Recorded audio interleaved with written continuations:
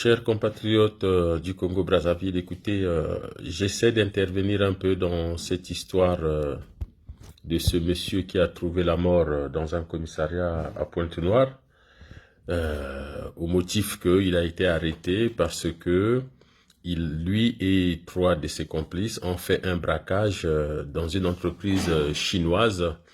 Et pendant ce braquage, ils ont volé la somme de 100 millions de francs CFA.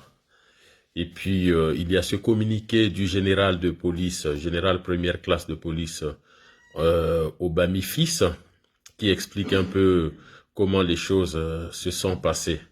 Alors, je vais faire une intervention qui prend tout le monde à contre-pied. Parce que là, je pense que c'est un désordre indescriptible dans notre pays.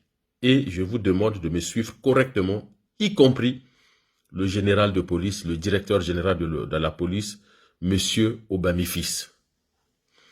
Alors, il faut blâmer les criminels, il faut les arrêter, il faut les livrer à la justice. Le fait que ce monsieur soit mort entre les mains des policiers nécessite une enquête judiciaire, une enquête administrative et une enquête parlementaire. Pourquoi? L'enquête parlementaire doit déterminer si les méthodes de travail de la police, si la loi protège les gens qui sont arrêtés et s'il faut corriger les choses. L'enquête administrative pourra démontrer oui ou non il y a eu des fautes commises par les policiers qui étaient chargés de gérer ce monsieur. Si les fautes ont été commises, il faut donc des sanctions disciplinaires. Et l'enquête judiciaire pourra déterminer les responsabilités au niveau pénal et prendre des sanctions qui s'imposent. Et si ce monsieur n'était pas mort, eh bien, il devrait être condamné parce que c'est un criminel. Et là, si les faits sont établis que c'est lui, eh bien, il faut qu'il soit condamné parce qu'il est criminel. Donc, voilà déjà les corrections à apporter dans la communication. Mais il y a une chose beaucoup plus importante, et c'est pour cela que j'interviens. Il faut mettre en garde à vue les responsables de cette société chinoise, le PDG, les responsables financiers, pour qu'ils expliquent comment se fait-il qu'une entreprise détient par devers, elle, dans ses bureaux, la somme de 100 millions de francs CFA. Est-ce qu'en Chine, il y a une société qui détient cette somme-là? Parce que une société doit déposer ses recettes dans une banque. Donc, il faut vérifier comment fonctionne le système au Congo. Les recettes sont où? On ne peut pas accepter que les sociétés, ils auraient braqué une banque. On va dire qu'ils ont braqué une banque, ils sont partis avec l'argent. Or, c'est une société. Alors, cette société fabrique quoi? Achète quoi? Vend quoi? Et quelles sont les recettes journalières de cette société? Et comment se fait-il que cette société a 100 millions de francs CFA dans ses bureaux? Vous savez, c'est très dangereux lorsque les sociétés et les individus gardent l'argent chez eux. Ça suppose que cet argent est extrait du circuit de circulation financier. Donc, les banques manquent de moyens, les entreprises manquent de moyens et les ménages manquent de moyens. Parce que les banques financent à la fois les entreprises et les ménages, l'économie réelle. Donc, c'est un vrai problème de savoir que dans notre pays, des enfants de dignitaires ont des milliards chez eux. Les dignitaires ont des milliards chez eux. C'est du même ordre que la fille de Jean-Dominique Okemba qui donne 1,5 milliard à son copain. C'est du même ordre que Castano qui reconnaît qu'on a volé 100 000 ou 100 000 ou 120 000 euros dans ses paroisses et autres. Ça suppose que Castano a entre 65 et plus de 70 millions de francs CFA chez lui. Comment voulez-vous que le Congo soit pays émergent ou progresse si l'argent est gardé chez les individus? L'argent, c'est dans les banques. Chaque commerçant, chaque salarié, chaque épargnant doit avoir un compte dans une banque. Et l'épargne, ce n'est pas dans le matelas.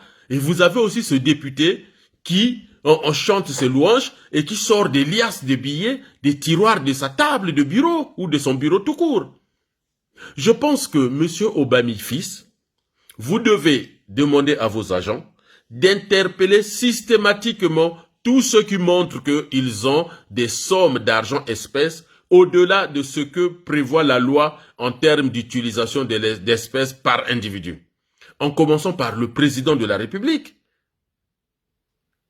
D'où vient l'argent que le président de la République utilise lors des danses traditionnelles? D'où vient l'argent qu'Okemba utilise lors des danses traditionnelles? Et ça montre que nous sommes dans le gangstérisme. Et je vous ai déjà dit, le Congo n'est pas une dictature ou une tyrannie. Le Congo, c'est un gangstérisme. Parce qu'il n'y a que des gangsters, des voyous, qui ont de l'argent liquide chez eux. Demandez au gouvernement chinois, quelle est l'entreprise chinoise en Chine qui peut avoir 100 000 yuan dans ses bureaux? Ne fût-ce que 50 000 yuan dans ses bureaux. Il n'y en a pas. Tout est dans les banques. Alors, au nom de quoi ces entreprises se permettent d'avoir l'argent dans leur bureau? Je demande au département des sciences économiques de l'université Marien Ngouabi, à l'Institut des finances, aux économistes Louis Bakabadio, mais éclairez les Congolais. Ce n'est pas normal.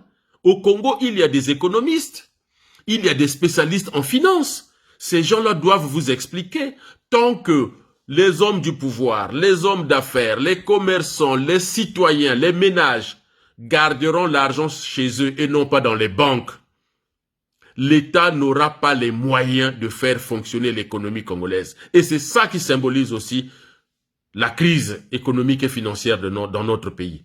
Le fait que certains ont, d'autres n'en ont pas.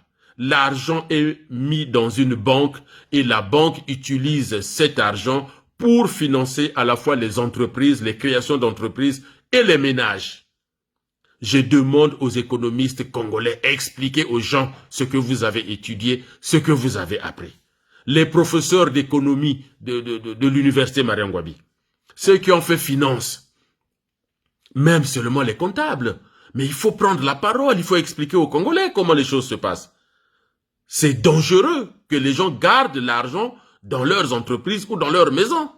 Et tant qu'ils vont les garder, puisque certains sauront qu'il y a de l'argent là-bas, ça fait grimper aussi la criminalité. Et comment voulez-vous lutter contre la criminalité quand on sait que les gens ont de l'argent, des milliards ou des millions dans leurs maisons? Où allons-nous avec ce pays si le pouvoir est médiocre et que les entreprises sont aussi dangereuses? J'espère que vous m'avez écouté et que les choses doivent changer.